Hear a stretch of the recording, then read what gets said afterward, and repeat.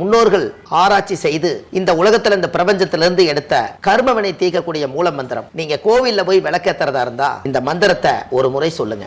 முற்பிறவியில செய்த பாவங்கள் எப்பிறவிக்கும் தொடராமல் இருக்க இப்பிறவியிலேயே என் தந்தை வழியில் வந்த கர்மாவினை, என் தாய் வழியில் வந்த கர்மாவினைகள், என் தாயுடைய கர்ப்பத்திலிருந்து நான் இந்த பூமிக்கு கொண்டு வந்த கர்மாவினைகளும் இன்றோடு நிவர்த்தியாகட்டுன்னு 5 தீபம் விளக்கேத்தி சாமிக்கு தேங்காய் வளம் பூ மாலை கல்கண்டு வாங்கி அர்ச்சனை பண்ணி உங்க ஜாதகத்தை கொண்டு போய் சாமி பாதத்துல வச்சு இன்னையோட எனக்கு எல்லாம் நல்லது நடக்கும்னு மனசார கும்பிட்டு வாங்க. வாழ்க்கையில அசுர வளர்ச்சிக்கு வந்து உங்க வாழ்க்கையில எல்லா கடமையும் முடிப்பீங்க. இந்த அஸ்வினி நட்சத்திரக்காரங்கள் எப்படி இருப்பாங்க, அவங்களுடைய குணாதிசயம் எப்படி இருக்கும்? இந்த அசுபதி நட்சத்திரத்துல யாராவது ஒருத்தர் பிறந்தா அவங்க கேது திசையில தான் பிறந்திருப்பாங்க. இந்த கேது திசை யார் அப்படின்னு கேட்டீங்கன்னா, கேது என்பது ஞானகாரகன். இயற்கையாகவே அசுபதி நட்சத்திரத்தில் பிறந்துக்கிறவங்களுக்கு ஞானம் உதயமாகும். அவங்களோட வீட்டில் பார்த்தீங்கன்னா அசுபதி நட்சத்திரக்கார வீட்டில் சித்தர்களுடைய படங்கள் இருக்கும்.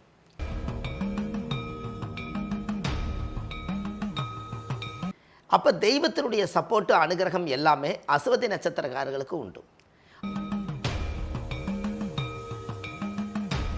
எல்லாம் பாருங்க, அந்த குடும்பத்துக்குள்ள அசுபதி நட்சத்திரக்காரி இருந்தால் அந்த ஊரில் ஒரு டாக்டர், ஒரு வைத்தியர் அந்த குடும்பத்திலே இருப்பாங்க, அந்த ஊர்லேயே இருப்பாங்க.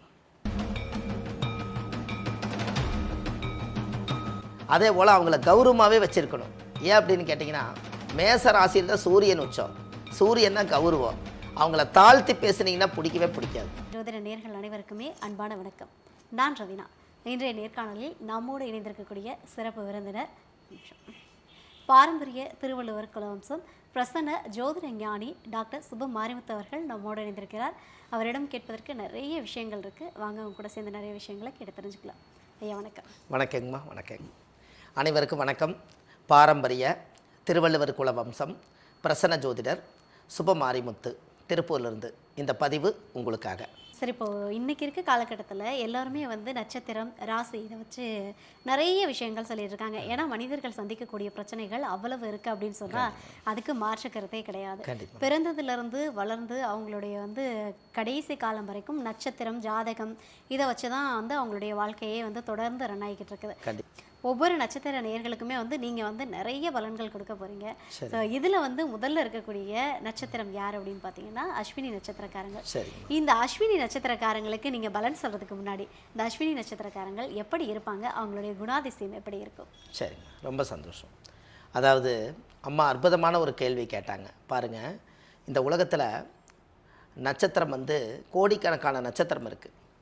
இந்த கோடிக்கணக்கான நட்சத்திரங்கள் நீங்கள் போய் நம்ம வீட்டில் மொட்டை மாடியில் போய் நம்ம கொஞ்ச நேரம் வானத்தை பார்த்து படுத்திருந்தோம்னா இந்த கோடிக்கணக்கான நட்சத்திரத்தை நீங்கள் பார்ப்பீங்க.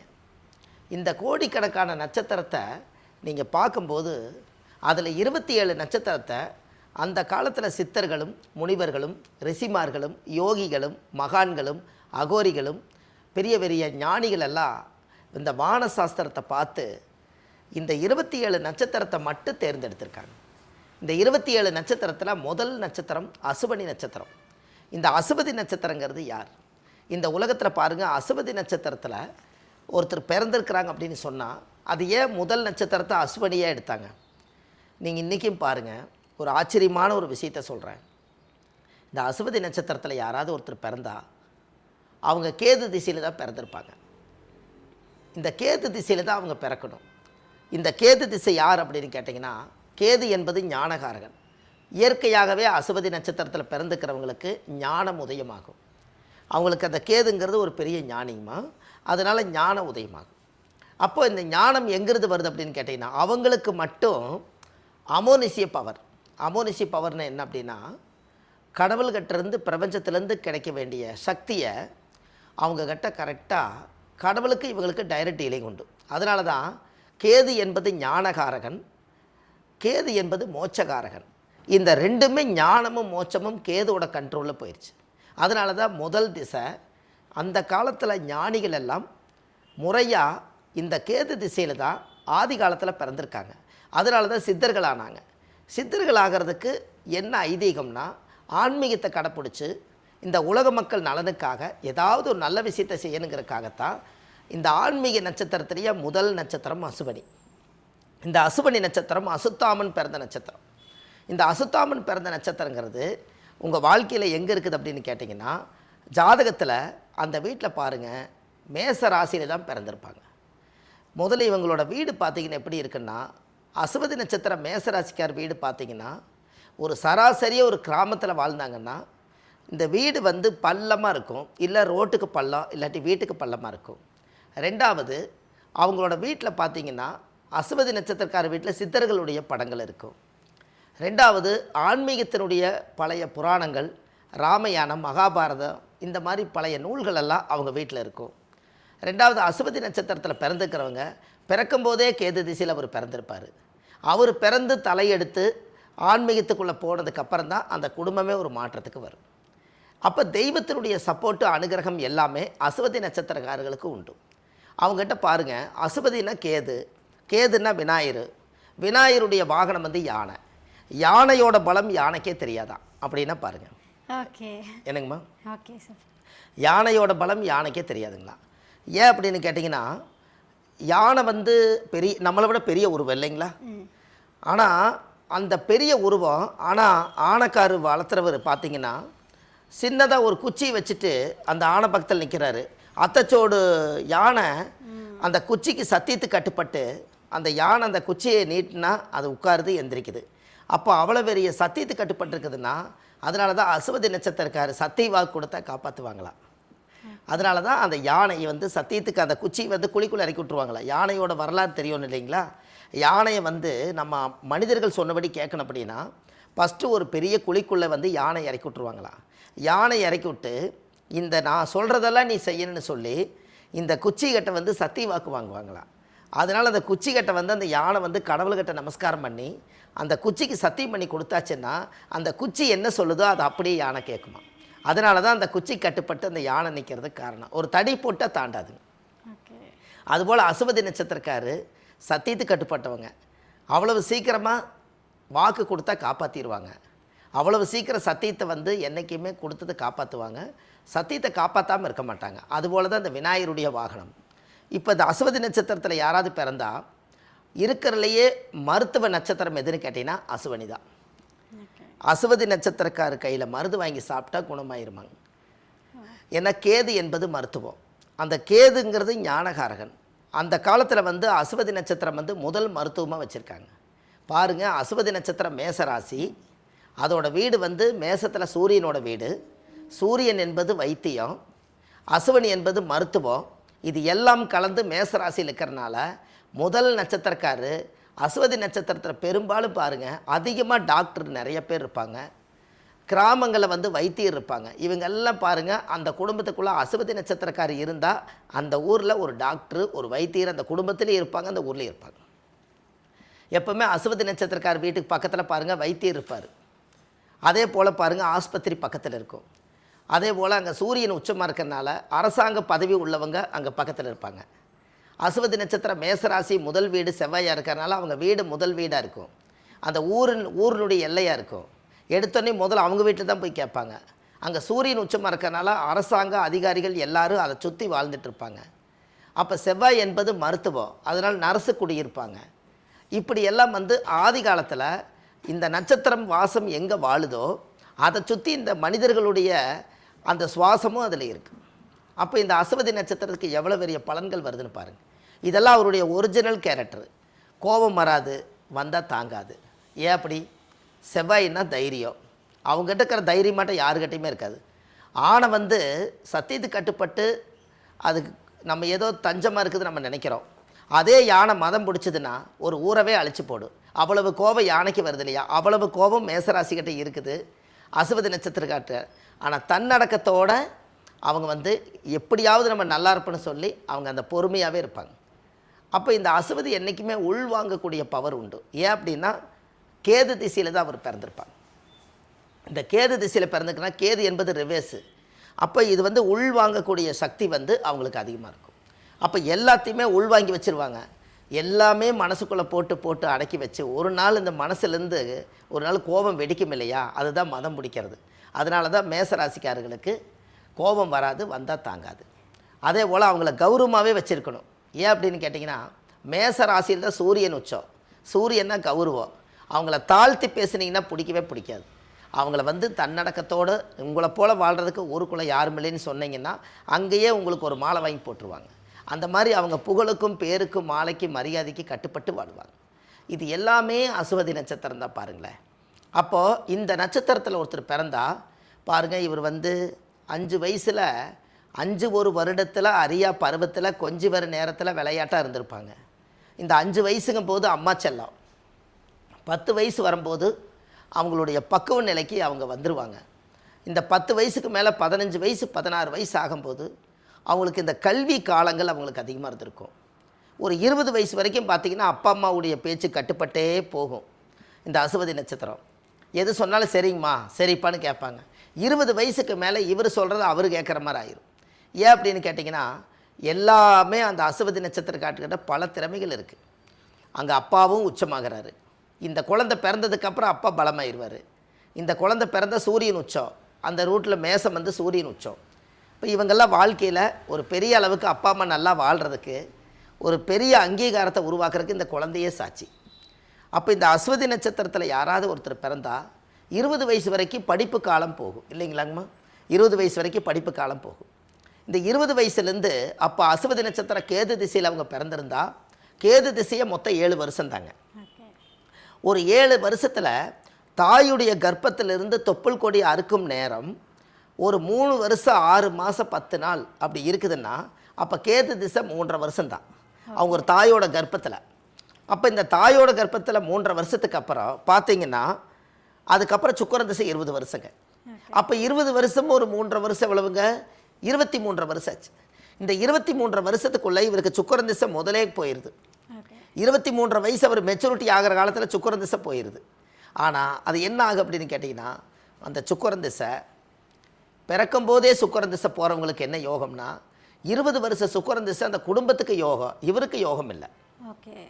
ஏன்னா அவர் கேட்பார் இல்லைங்களா, எனக்கு 23 வயசு ஆச்சுங்க, நான் இப்போ தான் விவரம் தெரிஞ்சு படித்து சம்பாதிக்கலாம்னு நினைக்கும் போது எனக்கு சுக்கிரன் திசை போச்சுன்னு நினைப்பார்.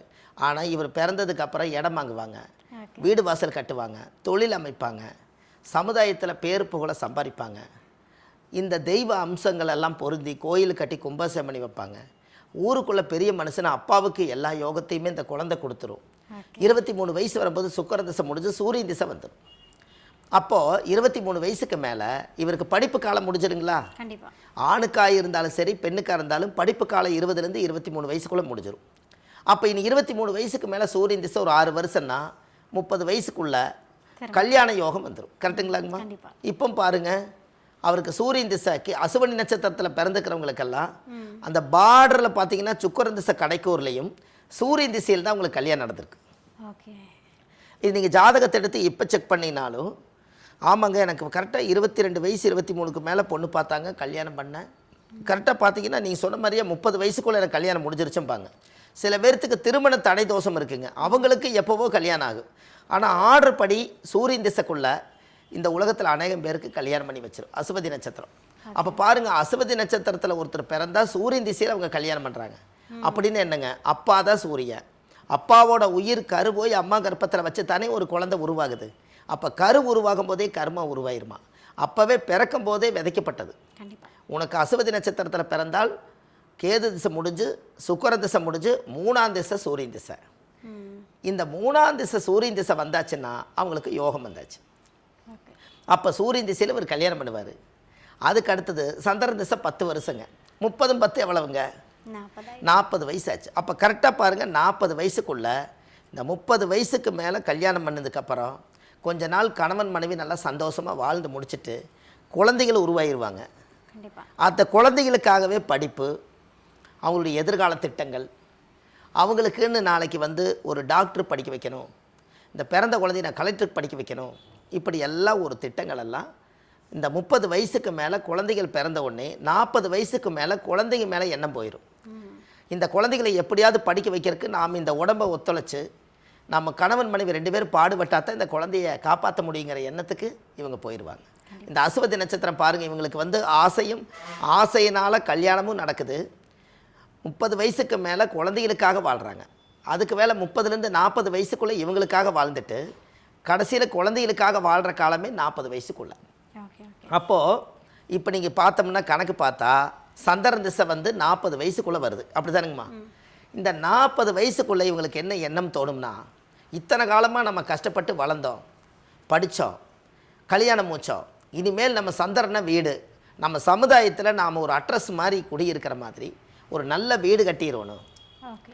நம்ம கால்நடையாக போகாமல் ஒரு கௌரவமாக நம்மளுடைய ஒரு வாகனத்தில் ஒரு கார் வாங்கணும். இந்த எண்ணம் 30லேருந்து 40 வயசுக்குள்ளே அசுவதி நட்சத்திரக்காருக்கு வரும். இந்த யோகத்தை அது கொடுத்துருங்க. சந்திரன் என்பது ரிஷபத்தில் உச்சமாவார். ரிஷப வாகனம் அந்த காலத்தில் கண்ணன் தேரோட்டினார். அது மாதிரி அந்த சந்திர திசையில் பிறந்த ரோகிணி கார் ஓட்டும். அப்போ காரு வீடும் 40 வயசுக்குள்ளே இந்த யோகங்க. யாருக்கு? அசுவதி நட்சத்திரத்தில் பிறந்துக்கிறவங்களுக்கு. இந்த காரு வாங்கி வீடு வாசலெல்லாம் கட்டும்போது 40 வயசுக்கு மேலே அந்த சந்திர திசையில் ஒரு வீட்டை கொடுத்துரும். இல்லை அவங்க லோன் வாங்கியாவது கட்டுவாங்க. ஓகே. அதாவது யோகம்ங்கிறது ஒரு மனிதனுக்கு சம்பாரித்து தான் வரணுங்கிறது இல்லை. கடன் வாங்கியாவது வீட்டை கட்டி இந்த குழந்தைகளை எல்லாம் வாடகை வீட்டில் இருக்கிறவங்கள சொந்தமாக்கி இந்த சமுதாயத்துக்குள்ளே நானும் சொந்த வீட்டில் இருக்கிறேன்னு ஒரு புண்ணிய கிரகப்பிரகாசம் பண்ணி அவங்க வாழ்ந்த தாய் தந்தைகள் அவங்களுடைய சமுதாயத்தில் இருக்கக்கூடிய மக்கள் எல்லாத்தையும் ஒருங்கிணைச்சு, நான் இந்த இடத்துல வீடு வாசல் கட்டியிருக்கேன், எல்லோரும் வந்து என்னை ஆசீர்வாதம் பண்ணிட்டு போங்கன்னு சொல்லி 40 வயசுக்குள்ளேயே கல்யாணம் பண்ணி வீடு வாசல் அமைஞ்சு குழந்தை அமையிறது அசுவதி நட்சத்திரக்காரர்களுக்கு 40 வயசுக்குள்ளே இது எல்லாமே நடந்திருக்கு. என்னங்கம்மா? ஓகே. இதை நீங்கள் இப்போ செக் பண்ணிங்கனாலும் ஒரு பேனாவும் ஒரு நோட்டும் எடுத்துக்கோங்க. நீங்கள் தாயோட கர்ப்பத்தில் பிறக்கும்போது எவ்வளவு இருப்பு இருக்குதுன்னு பாருங்கள். அதில் ஒரு 6 மாதம் ஒரு வருஷம் நம்ம சொல்கிறதுல முன்ன பின்ன இருக்கலாம். ஆனால் இந்த ஆர்டரை நம்ம எந்த வயசில் படித்தோம், எந்த வயசில் கல்யாணம் பண்ணோம், எப்போ குழந்தை பெற்றோம், எப்போ குழந்தைக்காக வாழ்ந்தோம், எப்போ வீடு கட்டணும்னு எடுத்து பார்த்தீங்கன்னா இந்த அசுவதி நட்சத்திரம் பிறந்துக்கிறவங்களுக்கு 40 வயசுக்குள்ளே இதெல்லாம் ஆர்டராக நடந்துடும். இது பெரிய மிராக்கல் தாங்க. கண்டிப்பாக கண்டிப்பாக. என்னங்கம்மா? இப்போ பிறந்ததுலேருந்து 40 வயசு வரைக்கும் என்ன அஸ்வதி நட்சத்திரத்துக்கு நடந்திருக்கு அப்படின்ட்டு ஒவ்வொரு விஷயம் துல்லியமாக போட்டு வச்சுருக்கீங்க. ஆமாங்கம்மா. ஓகே. அது நல்ல விஷயங்க. அப்போது 40 வயசுக்கு மேலே இப்போ பாருங்கள், குழந்தைகள்லாம் பிறந்துருச்சு, அவங்கள படிக்க வச்சுட்டுருக்குறாங்க. இப்போ கரண்ட்டில் 40ல் குழந்தைகளை படிக்க வச்சுட்டு இவங்களும் வேலை வெட்டி செய்கிறாங்க, அறிவுபூர்வமாக யோசிக்கிறாங்க. இப்போ 40 வயசுக்கு மேலே சந்திர திசை முடிஞ்சோடனே செவ்வாய் திசை ஒரு 7 வருஷங்க. அப்போ 47 வயசுங்கும் போது செவ்வாய் திசை வந்துடும். 48 என்பது ஒரு மண்டலம். இந்த செவ்வாய் திசை வந்தோடனே மறுபடியும் இவங்க பூமி வாங்கிறது கொஞ்சம் நாளைக்கு எதிர்காலத்தில் இவங்க வீடு கட்டிட்டாங்க. இந்த செவ்வாய் திசை வந்தோடனே எதுக்கு பூமி வாங்குவாங்கன்னா 2 குழந்தைகளை பெற்றுருவாங்க. அவங்களுக்கு நாளைக்கு வந்து இந்த ஒரு வீட்டில் குடியிருக்க முடியாதுன்னு வாரிசு சொத்தாக உருவாக்குறதுக்காக அவங்களுக்கு ஒரு இடம் வாங்கி வச்சுக்கலாம், அவங்க கல்யாணம் வரும்போது ஒரு வீடு கட்டி கொடுத்துட்டு அவங்க நிம்மதியாக வாழ்ந்துக்குவாங்கன்னு செவ்வாய் திசையில் ஒரு பூமி வாங்குவாங்க. செவ்வாய்னா பூமிகாரகன், அதனால் பூமி வாங்குவாங்க. அந்த யோகத்தை அது கொடுத்துருங்க. ஏன்னா அசுவதி நட்சத்திரத்தில் பிறந்துக்கிறவங்களுக்கு செவ்வாயோட வீட்டில் தான் அவர் பிறந்திருப்பார். முதல்ல பிறக்கும் போதே இவங்க பிறந்து கொஞ்ச நாள்லேயே ஒரு பூமி வாங்குவாங்க. அந்த செவ்வாய் திசையே வரும்போது மறுபூமி ஒன்று வாங்குவாங்க. எப்போவுமே 2 கரையை 3 கரையை அசுவதி நட்சத்திரக்காருக்கு நடக்கும். அப்போ இந்த பூமி தாயுடைய யோகம் முதல்ல அசுவதி நட்சத்திரக்காரர்களுக்கு உண்டு.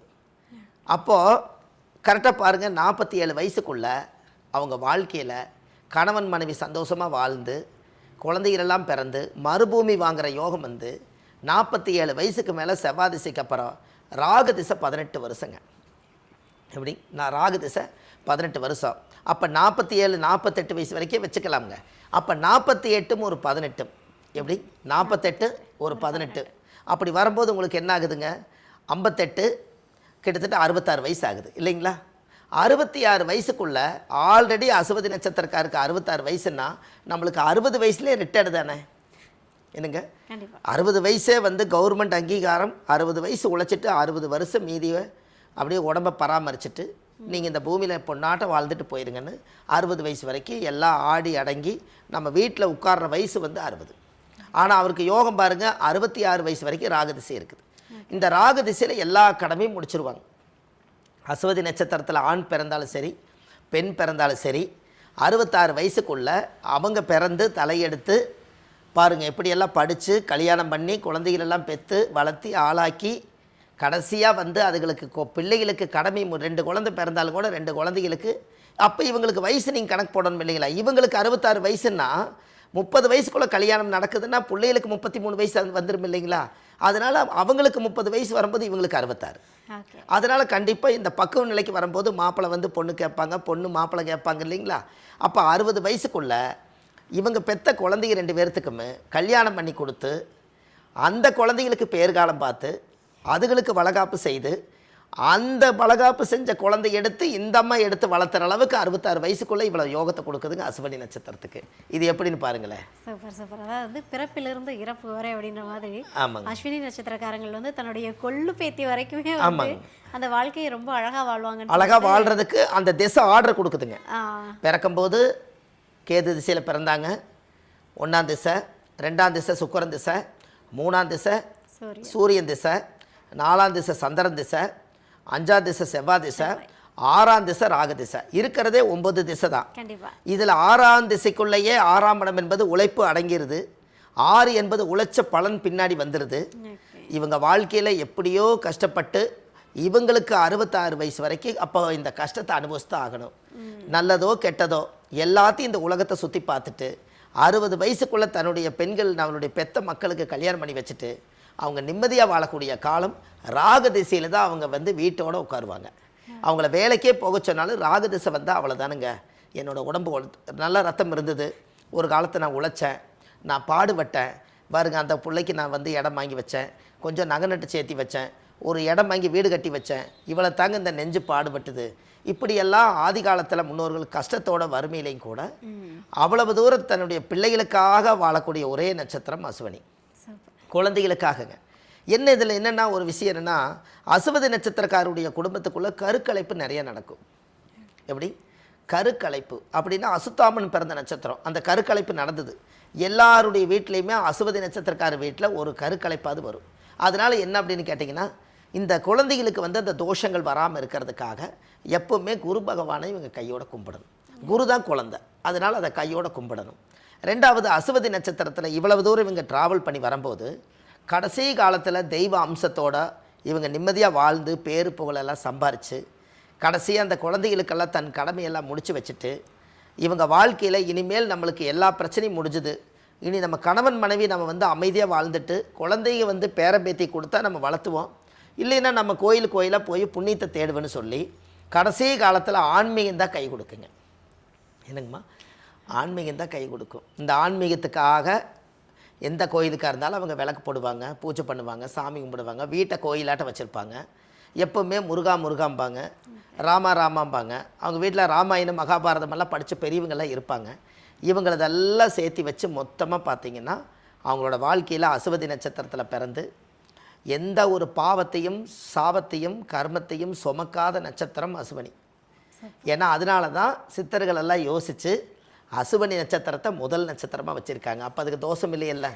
ஏன் அப்படின்னா பிறப்பும் அங்கே தான் பிறக்குது, கடைசியில் இறப்பும் கேதுல தான் முடியுது பாருங்கள். அதாவது அசுவதி நட்சத்திரம் கேது என்பது மோட்சம்னு அதை நம்ம சொல்கிறோம், விதையை விதைச்சதும் அசுவனியில் தான் சொல்கிறோம். அப்போ ஞானகாரகனும் மோட்சகாரகனும் அவர் தானே. அப்போ ஒரே உயிருக்குள்ளே 2 அர்த்தத்தை வச்சுருக்காரு ஆண்டவன். இப்படியெல்லாம் யோசிச்சிருப்பாங்கன்னு பாருங்கள். 18 சித்தர்கள் எதுக்காக இந்த உலகத்துக்கு வந்தாங்கன்னா லட்சக்கணக்கான சித்தர்கள் வாழ்ந்திருக்கலாம், ஆனால் இந்த உலக பிரபஞ்சத்துக்கு கனெக்டட் ஆனவங்க 18 பேர் தான். அதனால தான் 18 சித்தர்கள்னு பேர். அந்த 18 சித்தர்களில் யாரோ ஒருத்தர் அசுவதி நட்சத்திரத்தை இந்த உலகத்தில் பிரபஞ்சத்தில் இப்படித்தான் வாழ்ந்துட்டு போகணும்னு சொல்லி ஆதி காலத்தில் சாஸ்திரப்படி எழுதுனதுனால அதன்படி ஆர்டராக இன்றைக்கி இந்த திசையை கண்டுபிடிச்சது சித்தர்கள் தான், அந்த புத்தியை கண்டுபிடிச்சது சித்தர்கள் தான். இந்த திசைகளுக்கெல்லாம் வருஷம் போட்டது அவங்க தானே போட்டிருப்பாங்க. 120 வருஷம் ஒரு மனிதனுக்கு ஆயுள் வேணும்னு சொல்லி இது யார் இதை கண்டுபிடிச்சிருப்பா? பெரிய மிராக்கள் இல்லைங்களா? நீங்கள் 120 வருஷம் வரும்போது உடம்பு மெலிஞ்சு தடி ஊனிடுறாரு இல்லைங்க. அப்போது அந்த காலத்திலேயே ஆதி காலத்திலேயே தடி ஊன்றது எந்த உடம்பு வந்து எவ்வளவு நாள் இந்த ரத்தம் வந்து நம்மளுக்கு பிடிப்பில் நிற்கும், தாயுடைய கர்ப்பத்திலேருந்து தொப்புள் கொடி அறுக்கும்போது குழந்தை சக்தி, அதுக்கப்புறம் மனித சக்தி, அதுக்கப்புறம் ஞான சக்தி, அதுக்கப்புறம் இந்த மோட்ச சக்தி, இது வரைக்கும் வரும்போது கரெக்டாக பார்த்தா 120 வருஷத்துக்கு தான் இந்த உடம்பு கெப்பாசிட்டி தாங்கும். இந்த 120 வருஷத்தை எப்படி கொடுத்துருக்காங்கன்னா அந்த காலத்தில் சூரியன் திசை 6 வருஷம், சந்திரன் திசை 10 வருஷம், செவ்வாய் திசை 7 வருஷம், ராகு திசை 18 வருஷம், குரு திசை 16 வருஷம், சனி 19 வருஷம், புதன் 17 வருஷம், கேது 7 வருஷம், சுக்கிரன் 20 வருஷம். இதை மொத்த கூட்டினீங்கன்னா 120 வருஷம் வரும். இந்த 120 வருஷம் இவங்க ஒவ்வொரு நாளும் கடக்கும்போது இவங்க உடம்புல இருந்து ஒரு நாள் கழிச்சிட்டால் 120 வருஷத்தில் ஒரு நாள் கழிஞ்சாலும் ஒரு வருஷம் கழிஞ்சாலும் இவங்களோட ஆயுள் 120 வருஷத்துக்கு தான் ஆண்டவன் அந்த காலத்தில் எழுதி வச்சுருக்காங்க. அந்த 120 வருஷம் முடிஞ்சோடனே நீ போயிட்டு இந்த பூமிக்குள்ளேருந்து போயிட்டு மறுபிறவை எடுத்து வா அப்படிங்கிறக்காகத்தான் அசுவதி நட்சத்திரம் என்பது மோட்சத்துக்கு போங்கன்னு ஆதி காலத்திலே முன்னோர்கள் அதை உருவாக்கியிருக்காங்க இல்லைங்களாம்மா. இதுக்கு எல்லாத்துக்குமே இந்த நட்சத்திரத்துக்கு ஒரு கோயில் வேணும் இல்லைங்களா? கண்டிப்பாக. இந்த நட்சத்திரத்துக்குன்னு ஒரு கோயில் வேணும் இல்லைங்களா? அந்த கோயிலை வந்து வாழ்க்கையில் அசுவதி நட்சத்திரத்தன்னைக்கு இந்த பூமிக்கு நீங்கள் வந்திருக்கிறீங்கன்னா அந்த பூமிக்கு வரும்போது அந்த அசுவதி நட்சத்திரத்தினுடைய தாயுடைய வாசலுக்கு நீங்கள் போயிட்டு வந்தால் தானே உங்களுடைய ஜென்ம நட்சத்திர தோஷ நிவர்த்தி ஆகும். என்னங்கம்மா? எல்லாரும் அதை நம்ம தெரிஞ்சுக்கணும் இல்லைங்களா? என்னங்கம்மா? அப்போ நம்மளுடைய நட்சத்திரத்துக்குன்னு ஒரு கோயில் இருக்குதுங்க இந்த உலகத்தில். அதுவும் சித்தர்கள் தான் கட்டி வச்சுருக்காங்க. அதுவும் நம்ம கட்டி வைக்கலைங்க. ஆதி காலத்தில் கனபூதங்கள் எல்லாம் கட்டி வச்சு எத்தனையோ மகான்கள் எல்லாம் பூஜை பண்ணி அவங்கவுங்களுடைய நட்சத்திர தோஷத்தை நிவர்த்தி பண்ணுறதுக்காக பெரிய மகான்களே அந்த கோயிலுக்கு போய் வணங்கிட்டு வந்திருக்காங்க. இந்த மனித பிறவி இந்த ஜென்ரேஷன் தாங்க. ஒரு 300-400 வருஷத்துக்கு முன்னாடி எல்லாமே நீதியாக வாழ்ந்தவங்க நிறைய பேர் இருப்பாங்க. அவங்கெல்லாம் மகான்களாக மாறியிருப்பாங்க. அவங்கெல்லாம் போய் நான் இந்த நட்சத்திரத்தில் பிறந்தால் அதுக்கு அடையாளம் அந்த நட்சத்திரத்தினுடைய சிவனவோ அந்த பெருமாளவோ நான் பார்த்துட்டு வந்தால் தான் எனக்கு மோட்சம் கிடைக்குன்னு பிறந்த நட்சத்திர கோயில் போயிட்டு வந்தால் தான் பிறப்பு திசை வேலை செய்யும். என்னங்கம்மா? இப்போ நீங்கள் சொல்லிட்டீங்க அஸ்வினி நட்சத்திரத்தோடைய எதிர்காலம் எப்படி இருக்கும் எல்லாத்தையும் சொல்லிட்டீங்க. இப்போ நீங்கள் பேசும்போதே சொல்கிறீங்க இந்த கோவிலுக்கு போயிட்டு வாங்க உங்களுக்கு எல்லாமே வந்து நல்லதாகவே நடக்கும், கர்மா காலியம் அப்படின்னு சொல்லிட்டு ஒரு விஷயத்த சொல்கிறீங்க. இப்போ இந்த அஸ்வினி நட்சத்திரம் எந்த கோவிலில் போய் வழிபட்டால் வாழ்க்கை மாறும்? கண்டிப்பாங்கம்மா. அதாவது அசுவதி நட்சத்திரத்துக்கு வாழ்க்கையில் ஒரு சித்தர்கள் உருவாக்கணும் தானுங்க. அதாவது என்னென்னு கேட்டிங்கன்னா அஸ்வதி நட்சத்திரத்துக்கு பிறவி மருதீஸ்வரர் கோயிலுங்க. இந்த பிறவி மருதீஸ்வரர் கோயில் திருத்துறைப்பூண்டியில் இருக்குதுங்க. திருவாரூர் போகிற வழியில் திருத்துறைப்பூண்டியில் இருக்குது. இந்த கோவிலில் போய் 5 விளக்கு தீபம் சுவாமிக்கு தேங்காய் பழம் மாலை கல்கண்டு வாங்கி அர்ச்சனை பண்ணி அந்த கோவிலில் சாமி கும்பிட்டு வந்தீங்கன்னா அந்த பிறவி மருதீஸ்வரருங்கிறது இந்த பிறவிலேயே அந்த கர்மாவை நிவர்த்தி ஆகுங்களா. அதனால் இந்த கோயிலுக்கு நீங்கள் போயிட்டு வரும்போது ஒரு பெரிய ஒரு வாழ்க்கையில் ஒரு சிறப்புங்க. ஒரு அடுத்த தலைமுறைகள் நம்ம நல்லா இருக்கணும் இல்லைங்களா? அதுக்காக இந்த பிறவி மருதீஸ்வரர் கோயில் வாழ்வது ஒரு முறை வாழ்த்தட்டும் தலைமுறை. இந்த கோயிலுக்கு போயிட்டு வாங்க, நல்லாயிருக்கு. சூப்பர் ஐயா. அது இங்கே கண்டிப்பாக அதை நம்ம அந்த கோயிலில் போய் நீங்கள் வணங்கிட்டு வந்தாலே உங்களுடைய கர்ம கழியும். இந்த கர்ம கழியும். தர்மங்கள் செய்ய செய்ய கர்மங்கள் குறையுமா தீரும்னு எந்த புக்கிலும் இல்லை. இந்த புத்தகத்தை நான் எழுதியிருக்கேன். இந்த புத்தகம் அசுவதி நட்சத்திரம் எல்லாமே இருக்குதுங்க. பாருங்கள், இது ஆதிகால பரிகாரங்கள்னு போட்டிருக்கு பாருங்கள். ஆதிகால பரிகாரங்கள். இந்த புக்கு வந்துங்கம்மா 1736 பரிகாரம். இது ஒரு பெரிய புத்தகம் தெரியுதுங்களாங்கம்மா? இந்த பாருங்க, இது வந்து ஒரு பெரிய புத்தகம். முருகர் வந்து இது ஒரு காட்சி கொடுக்கறது மாதிரி. இதில் 1736 பரிகாரம் கொண்ட புத்தகம். இந்த புத்தகம் வந்து நம்ம பாரம்பரிய திருவள்ளுவர் குல வம்சத்தில் பிறந்து இந்த உலகத்தில் நம்ம என்னைக்காவது ஒரு நாள் இந்த பூமிக்குள்ளே நம்ம வந்து ஒரு நாள் போய் சேருவோம். அந்த சேர்ந்ததுக்கு அப்புறம் கூட நம்ம வாழ்றதுக்கு அப்புறம் இந்த புத்தகம் நம்மளுக்கு வாழு இல்லைங்களா? அதனால் ஆமாம், புத்தக வாழு. புத்திரம் பிறக்கும், புத்தகம் பிறக்குமா? எப்படிங்கம்மா? புத்திரம் பிறக்கும். இன்னைக்குலேருந்து நாளை குழந்தை பெற்றுக்கலாம், ஆனால் இந்த புத்தகத்தை பெற்க முடியுமா? அப்போ புத்திரம் பிறக்கும், புத்தகம் பிறக்குமா? அந்த புத்தகம் பிறக்க வைக்கணுங்கிறதுக்காக ஒரு 32 வருஷ ஜோதிட அனுபவத்தில் இந்த புத்தகத்தை எழுதி இந்த உலகத்துக்கு வந்து ஒரு சேவையாக சமர்ப்பணம் பண்ணியிருக்கேங்க. அந்த புத்தகம் இது ஆன்லைன்லேயே கிடைக்குதுங்க. இன்றைக்கி எல்லாருமே இதை வந்து ரொம்ப விருப்பப்படுறாங்க. 1736 ஆதிகால பரிகாரம் நீங்கள் சொல்கிறீங்களே, அப்போ கண்டிப்பாக இந்த புத்தகம் ஒவ்வொரு வீட்டில் இருக்க வேண்டியது. எழுதுறதுக்கு எவ்வளோ சிரமப்பட்டிருப்பீங்க. எப்படியாவது இந்த புத்தகத்தை வாங்கி நம்மளும் இந்த ஆன்மீகத்தை தெரிஞ்சுக்கணும், ஜோதிடங்களை பற்றி தெரிஞ்சு நம்ம வம்சத்துக்கு நம்ம தலைமுறைக்கு காப்பாற்றுறதுக்கு இதில் ஏதாவது ஒரு நல்ல விஷயத்தை படித்து நிறைய பேர்த்து காப்பாற்றோன்னு இந்த புத்தகத்தை இப்போ நிறைய பேர் ஆன்லைன்லேயே வாங்குறாங்க. இந்த கீழே போயிட்டு இருக்கிற நம்பருக்கு நீங்கள் கால் பண்ணிங்கன்னா இந்த புத்தகம் ஆன்லைன் 2 நாளில் உங்களுக்கு கிடச்சிரும். ஆமாங்க, இது ஒன்று உருவாக்கியிருக்கேன். அதே போல் பாருங்கள், இதுதான் அசுவதி நட்சத்திரம். இது புத்தகத்தை பாருங்கள் எப்படி இருக்குது, பார்த்துட்டிங்களா? பாருங்கள், ரைட்டு, இது விட்டுருங்க. இவர் பாருங்கள், விஸ்வாமுத்திரர் தெரியுதுங்களாங்கம்மா? விஸ்வாமுத்திரர் தெரியுதுங்களா? இவர் வந்து விஸ்வாமுத்திரர். இந்த விஸ்வாமுத்திரர் வந்து திருநெல்வேலி மாவட்டம் கூடங்குளம் விஜயாபதி விஸ்வாமுத்திரருடைய ஆலயம். அந்த இடத்துல தான் அவருடைய மூலஸ்தானம் இருக்குது. அந்த கோவிலுடைய இருக்கக்கூடிய விஸ்வாமுத்திரருடைய மூல மந்திரம் தான், மூல எந்திரம் தான் இது. இந்த எந்திரம் வந்து இதுவரைக்கும் யாரும் வந்து உருவாக்க முடியல. ஏன் உருவாக்க முடியல? இதோட ஆதி மூலம் தெரியல. அதனால் எந்திரம் இது வரைக்கும் இல்லை. அந்த கோவிலில் போய் பார்த்தா அந்த எந்திரமே இல்லை, ஸ்ரீசக்கரம் தான் இருக்குதுங்க. அதனால் அவரவே ஸ்ரீசக்கரத்தில் உட்கார வச்சு அந்த விஸ்வாமுத்திர பல லட்சம் வருஷங்கள் தவம் இருந்தவரை ஏன் இதை வந்து நம்ம செஞ்சு மக்களுக்கு வந்து இந்த விஸ்வாமுத்திர ஒவ்வொரு வீட்லேயும் உட்கார வைக்க முடியாது, நம்ம செய்வன்னு சொல்லி இந்த விஸ்வாமுத்திரருடைய எந்திரத்தை முதல் முறையாக 2025 இந்த எந்திரத்தை வெளியிடுறாங்க. எல்லா மக்களுக்குமே இது கீழே போயிட்டு இருக்கிற நம்பருக்கு இந்த மகா எந்திரம் இது அப்படியே கிடைக்குது. விஸ்வாமுத்திர மகாலிங்கேஸ்வரருங்க இவர். இதுக்குள்ளே மூலமந்திரங்கள் இவர் ஒரு ஜோதிடமே அடங்கி இருக்குதுங்க. இதுக்குள்ளே அவ்வளோ பெரிய சக்தி வாய்ந்த இது மூலமந்திரம். இழந்த சக்தியை மீட்டெடுக்கக்கூடியவர் விஸ்வாமுத்திரர். ராமருக்கே பரிகாரம் பண்ணவர் அப்போ விஸ்வாமுத்திரர். அப்பேற்பட்ட எந்திரத்தையும் இதை நம்ம தயார் பண்ணியிருக்கோம். எல்லாமே பாருங்கள், இந்த அசுபதி நட்சத்திரம் சொல்லும் போது தான் இந்த பதிவே வருது இல்லைங்களாம்மா. இது வந்து மக்களுக்காக இதை செய்திருக்கேன்.